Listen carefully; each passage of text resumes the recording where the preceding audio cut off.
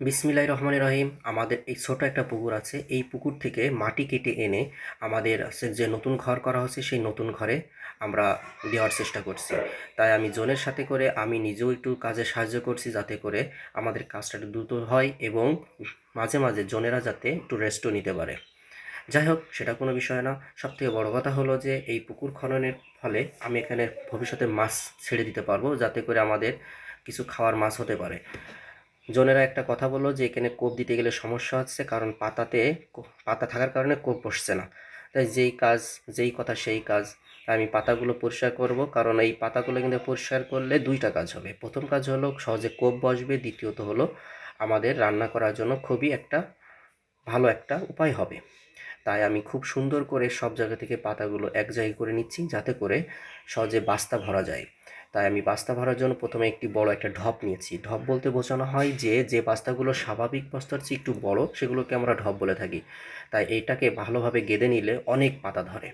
তাই মিডিয়াম পর্যায়ে ভরা হলে এবার উপর থেকে গেঁথে গেঁথে অর্থাৎ ঠাসন দিয়ে দিয়ে আমি পাতাগুলো ভরছি।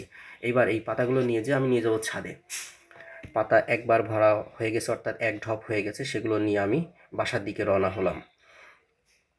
বাসার দিকে যাওয়ার সময় দেখবেন যে জনেরা কিভাবে কাজ করছে সেই প্রক্রিয়াটা দেখবেন। এই যে সাথে সাথে আব্বু আছে, মাটির ফেলাচ্ছে।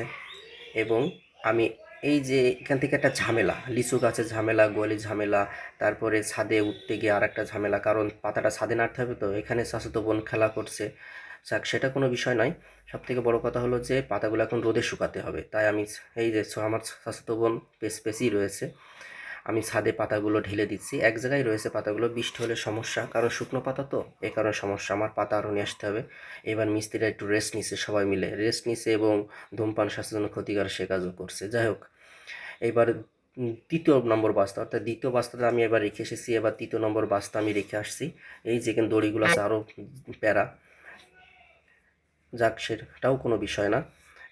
অনেক ভার এই বাস্তাগুলো, অর্থাৎ পাতা এত গেদে গেদে ভরা, খুবই ভার। এবার রোদ যাতে লাগে এবং পাতা দ্রুত শুকায়, তার জন্য আমি একটু এইটা নেড়ে দিচ্ছি। কারণ হলো পাতা যদি না শুকানো ভিজে থাকে তাহলে আমাদের চুলায় জ্বলবে না। কারণ আজকে রোদির অবস্থা খারাপ, ঘেমে একাকার অবস্থা। আম্মু বলে একটা কবুতরের বাচ্চা একটা জবাই করে কচু দিয়ে রান্না করবে। তাই আমি সেটাকে ধরবো, ধরে আমি আমার ছোটো ভাই মিলে জবাই করতে হবে। এবং এটাকে আরও ভালোভাবে দরজাটা লাগাই দিলাম, যাতে অন্য কিছু কিছু ঢুকতে না পারে।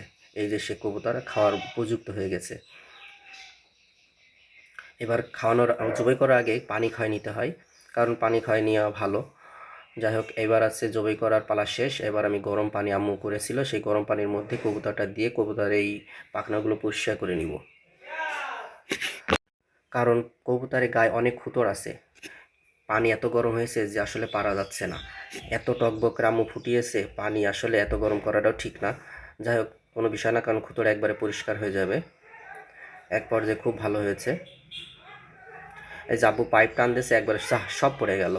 কি আর করার, যাই হোক, বিষয় না। আমি আবার সেগুলোকে আবার করব। আর কবুতরের গায়ে এত পশম আছে, মনে হচ্ছে যে কবুতরের চামড়া ছুঁড়ে ফেলাটাই ঠিক ছিল। যাই, কবুতরের গা থেকে চামড়াগুলো ছুঁড়ে নিলাম। এবং পাশে একটি বিড়াল আছে, এই যে চামড়াগুলো ফেলেছি সেই চামড়াগুলো বিড়ালে দিচ্ছি। বিড়াল এগুলো খাচ্ছে এবং সেটা খুব সুন্দরভাবে খাচ্ছে।